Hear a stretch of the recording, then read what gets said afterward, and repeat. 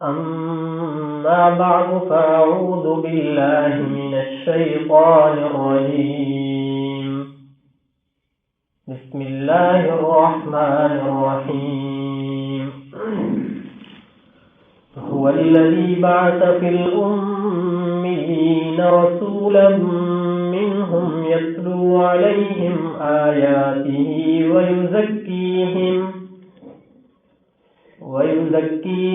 ويعلمهم الكتاب والحكمة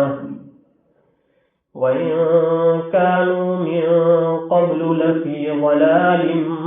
مبين. وعن أنس بن مالك رضي الله تعالى عنه قال كان رسول الله صلى الله عليه وسلم أزهر اللون كان عرقه اللؤلؤ إذا مشى تكفى وما مسست ديباجة ولا حريرا ألين من كف رسول الله صلى الله عليه وسلم ولا شممت مسكا ولا عنبرة أطيب من رائحة النبي صلى الله عليه وسلم. صدق الله وصدق رسوله النبي الكريم. إن الله وملائكته يصلون على النبي يا أيها الذين آمنوا صلوا عليه وسلموا تسليما. كما محفظ الصافر. اللهم صل على محمد وعلى آل محمد كما صليت على إبراهيم وعلى آل إبراهيم إنك حميد مجيد. اللهم بارك على محمد وعلى آل محمد كما باركت على إبراهيم وعلى آل إبراهيم إنك حميد مجيد. میرے محترم دوستو، ابتدائی آخری نشست سے لے کر کاروان انسانیت کے سب سے آخری پیغمبر کی بعثت تک خلاق عالم کا یہ دستور رہا ہے کہ وہ ہر قوم کی اصلاح اور تربیت کے لیے ایک نبی یا رسول مبعوث فرماتے رہے ہیں کہ وہ نبی یا رسول اس قوم کو ضلالت و گمراہی کی دلدل سے نکال کر کتاب و ہدایت کے پلیٹ فارم پہ جمع کر دے اور عقائد و احکام سمجھا کر قلب انسانی کو عرفان الہی کی مقدس روشنی سے منور کر دے. چنانچہ خلاق عالم نے امت موجودہ کے لیے شافی محشر، ساقی کوثر، بلند و بالا قدر، رحمت کے سمندر حضرت محمد مصطفیٰ صلی اللہ علیہ وسلم کا انتخاب فرمایا. تو اللہ رب العزت نے قرآن مجید میں اس انتخاب کا تذکرہ یوں بیان فرمایا کہ لقد من اللہ علی المؤمنین اذ بعث فیہم رسولا، کہ اللہ رب العزت نے مؤمنوں پر احسان کیا. حالانکہ اگر دیکھا جائے تو اللہ رب العزت نے انسانوں کے لیے بہت ساری چیزیں پیدا فرمائی ہیں. زمین و زمان پیدا فرمایا، مکین و مکان پیدا فرمایا، شجر و حجر پیدا فرمائے، بر و بحر پیدا فرمائے، شمس و قمر پیدا فرمائے، لوح و قلم پیدا فرمائے، لیکن کبھی بھی احسان نہیں جتلایا.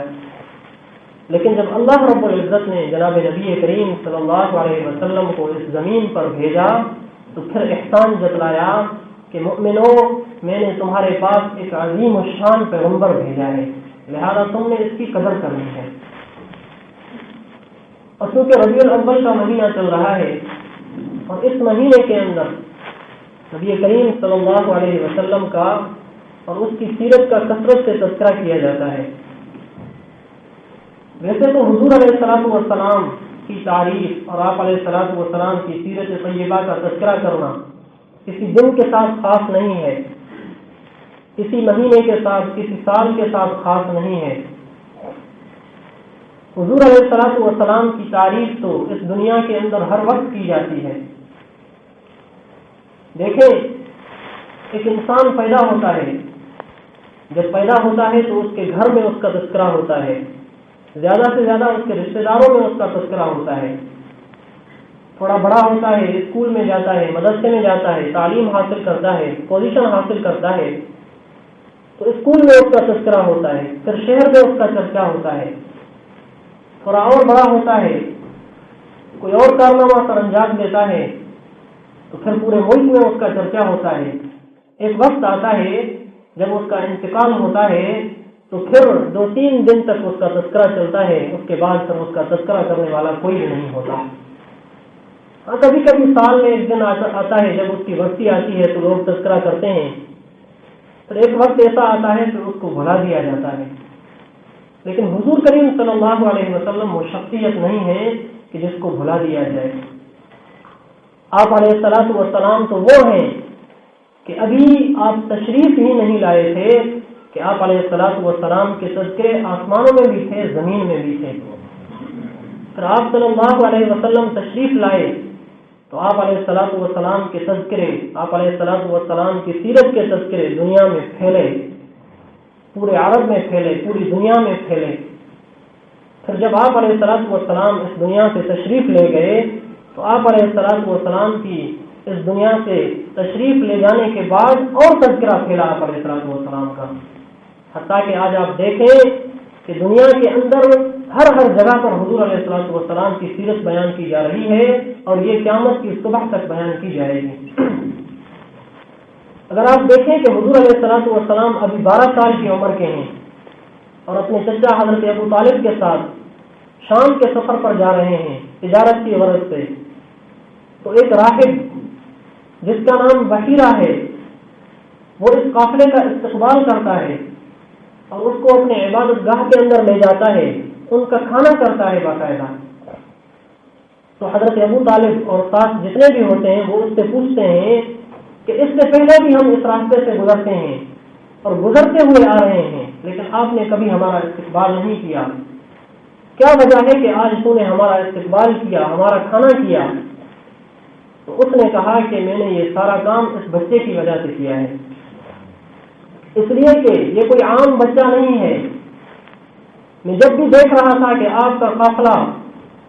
جب چڑھائی سے نیچے اتر رہا تھا یا کسی اترائی سے اوپر چڑھ رہا تھا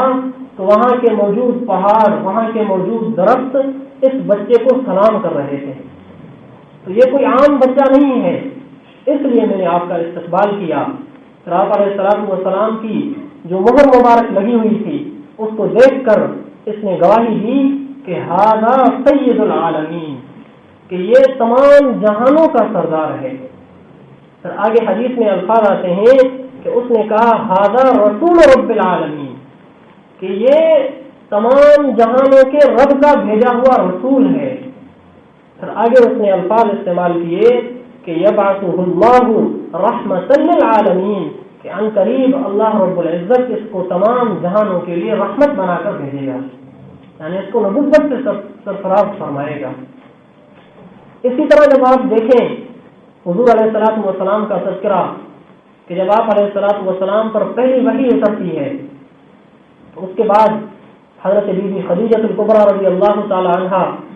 آپ علیہ الصلوۃ والسلام کو ورقہ بن نوفل کے پاس لے جاتی ہے۔ جب وہ دیکھتا ہے اور حضور علیہ الصلوۃ والسلام اس کو جبریل امین کا آنا اور قرآن مجید کا پڑھنا اس کو سناتے ہیں تو ورقہ بن نوفل کہتا ہے تو بعین ہی یہ تو وہی فرشتہ ہے جو جناب موسیٰ پر اترتا تھا، یعنی ورقہ بن نوفل بھی اس بات کی گواہی دیتا ہے کہ اللہ رب العزت نے آپ کو نبی بنا کر بھیجا ہے۔ پھر یہ بھی کہتا ہے، حدیث کی کتب میں آتا ہے کہ وہ کہتا ہے کہ کاش میں اس دن زندہ ہوتا جس دن لوگ آپ کو مکے سے نکال دیں گے۔ تو حضور صلی اللہ علیہ وسلم فرماتے ہیں کہ کیا مجھے لوگ جلا وطن کر دیں گے،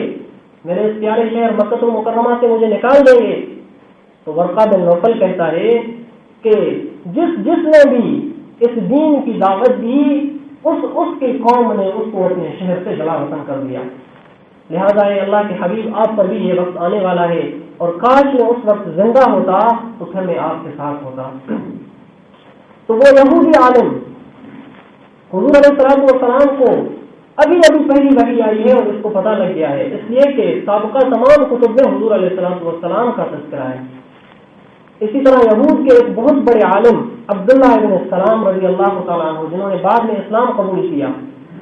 اسلام قبول کرنے کے بعد صحابہ نے اس سے پوچھا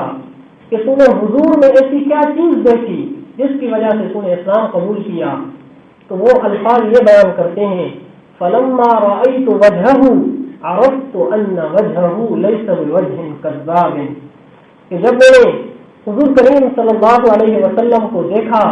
تو خدا کی قسم میں نے جان لیا کہ یہ چہرہ کسی جھوٹے شخص کا چہرہ نہیں ہو سکتا۔ چنانچہ میں نے چہرے سے ہی بس جان لیا کہ یہ چہرہ سچے شخص کا چہرہ ہے، اس لیے میں نے اسلام قبول کیا۔ اور اسی بات کو حضرت حسان بن ثابت رضی اللہ تعالیٰ عنہ یوں بیان فرماتے ہیں کہ وَأَحْسَنُ مِنْكَ لَمْ تَرَ قَطُّ عَيْنِي وَأَجْمَلُ مِنْكَ لَمْ تَلِدِ النِّسَاءُ خُلِقْتَ مُبَرَّعًا مِنْ كُلِّ عَيْبٍ كَأَنَّكَ قَدْ خُلِقْتَ كَمَا تَشَاءُ، کہ وَأَحْسَنُ مِنْكَ لَمْ تَرَ قَطُّ عَيْنِي،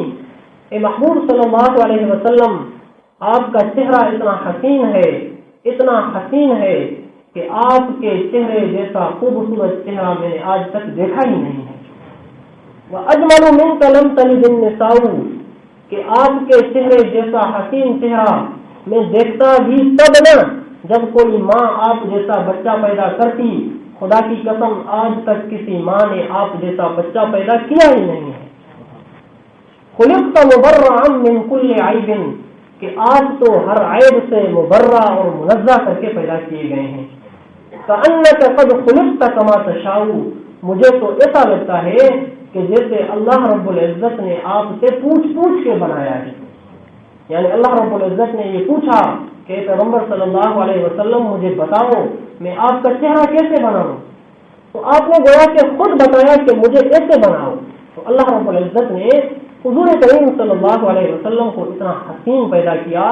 کہ بہت سارے کفار صرف آپ علیہ الصلوۃ والسلام کے چہرے انور کو دیکھ کر اسلام قبول کرتے تھے۔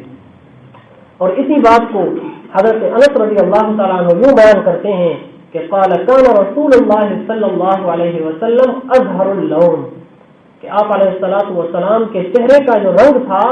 وہ سفید اور روشن تھا، چمکدار رنگ تھا آپ علیہ الصلوۃ والسلام کے چہرے کا۔ کان عرقہ اللؤلؤ، کہ جب نبی علیہ الصلوۃ والسلام کی پیشانی مبارکہ پر پسینہ نمودار ہوتا تھا تو ایسے لگتا تھا جیسے موتی ٹپک رہے ہیں۔ کان عرقہ اللؤلؤ اذا مشى تکفى، کہ جب حضور علیہ الصلوۃ والسلام زمین پر چلتے تھے تو تکفى اپنے قدم کو جما کر چلتے تھے، ایسے لگتا تھا جیسے کوئی بہادر زمین پر چل رہا ہے۔ یا اذا مشى تکفى کا دوسرا معنی یہ ہے کہ جب حضور علیہ الصلوۃ والسلام زمین پر چلتے تھے تو اپنے چہرے انور کو جھکا کر چلتے تھے، یوں لگتا تھا، صحابہ فرماتے ہیں یوں لگتا تھا جیسے حضور صلی اللہ علیہ وسلم ابھی کسی چڑھائی سے نیچے اتر رہے ہوں، حالانکہ وہ زمین سیدھی ہوتی تھی پھر بھی حضور صلی اللہ علیہ وسلم اپنے چہرے کو اور اپنے سینے مبارک کو عاجزی کے ساتھ جھکا کر چلتے تھے۔ گویا کہ یہ تعلیم ہے کہ امت بھی اس طرح چلے، اثر کر نہ چلے، تکبر کے ساتھ نہ چلے، غرور کے ساتھ نہ چلے۔ آگے حضرت انس رضی اللہ تعالیٰ عنہ فرماتے ہیں وما مسست دیباجۃ ولا حریرا الین من کف رسول اللہ صلی اللہ علیہ وسلم، کہ میں نے ریشم کو بھی چھوا ہے، موٹے ریشم کو بھی چھوا ہے اور پتلے ریشم کو بھی چھوا ہے، لیکن میں نے جب حضور علیہ الصلوۃ والسلام کی ہتھیلی مبارکہ کو ہاتھ لگایا تو آپ علیہ الصلوۃ والسلام کی ہتھیلی تمام ریشموں سے زیادہ نرم محسوس ہوتی تھی۔ اور آگے فرماتے ہیں ولا شممت مسکا ولا عنبرۃ اطیب من رائحۃ النبی، کہ میں نے مشک و عنبر کی بھی خوشبو سونگھی ہے لیکن حضور علیہ الصلوۃ والسلام کی پسینے کی خوشبو مشک اور عنبر سے زیادہ محسوس ہوتی تھی۔ تو یہ ہے حضور علیہ الصلوۃ والسلام۔ حضرت جابر بن سمرہ رضی اللہ تعالیٰ عنہ فرماتے ہیں کہ ایک دن حضور کریم صلی اللہ علیہ وسلم ظہر کی نماز پڑھا کر مسجد سے باہر نکلے، چھوٹے چھوٹے بچے مسجد کے باہر کھڑے تھے، آپ علیہ الصلوۃ والسلام ان کے رخساروں پر ہاتھ پھیرتے، چنانچہ میں بھی آگے آیا تو حضور علیہ الصلوۃ والسلام نے میرے رخساروں پر بھی ہاتھ پھیرا تو کیا فرماتے ہیں، فرمایا فوجدت لیدہ بردا وریحا کأنما اخرجها من جونة اقطار، کہ مجھے ایسا لگا حضور علیہ الصلوۃ والسلام کی ہتھیلی مبارکہ اتنی نرم تھی اور اتنی خوشبودار تھی کہ مجھے ایسے لگا کہ ابھی ابھی حضور علیہ الصلوۃ والسلام نے اپنی ہتھیلی اور اپنا ہاتھ مبارک کسی عطر فروش کی ڈبی سے نکالا ہے. اتنا حضور علیہ الصلوۃ والسلام کی ہتھیلی میں خوشبو تھی اور وہ نرم تھی. تو میرے محترم دوستو، اللہ رب العزت نے جب اس عظیم الشان پیغمبر کو ہمارے پاس بھیجا تو احسان جتلایا کہ میں نے ایک عظیم شخصیت تمہارے پاس بھیجی ہے، کوئی معمولی شخصیت نہیں بھیجی. تمام انبیاء کے سردار ہیں اور تمام جہانوں کے سردار ہیں. اس لیے ہمیں جب اس کی امت بنایا ہے تو ہمیں اس کے نقش قدم پر چلنا ہے. اللہ رب العزت سے دعا ہے جو کہا گیا عمل کرنے کی توفیق عطا فرمائے. وآخر دعوانا الحمدللہ رب العالمین.